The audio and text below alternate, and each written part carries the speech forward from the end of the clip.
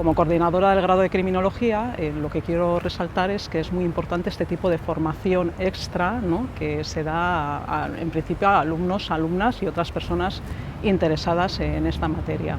¿Por qué? Porque desde el grado de Criminología, como en otros grados, realmente pues, la formación que se da es una formación más genérica y bueno, sí que demandan los alumnos, las alumnas, entrar a abordar, a valorar una formación más específica como es la criminalística.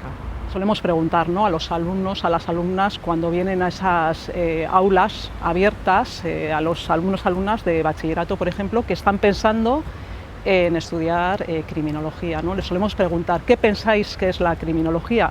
Y muchas de ellas tienen en mente la criminalística, ¿no?, lo que es realmente el estudio de la escena del crimen, ¿no?, lo que habéis podido ver hoy a la mañana aquí en el Palacio, ¿no? Y la criminología es mucho más, ¿no?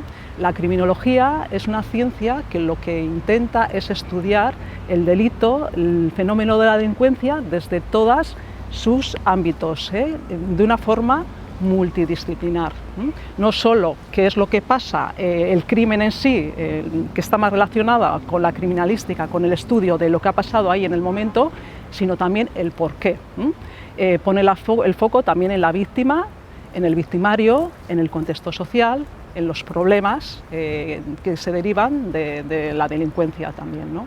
En cambio, la criminalística es lo que comentaba, ¿no? Es el estudio, de una forma igual con técnicas más lo que entendemos científicas, de lo que es la escena del crimen.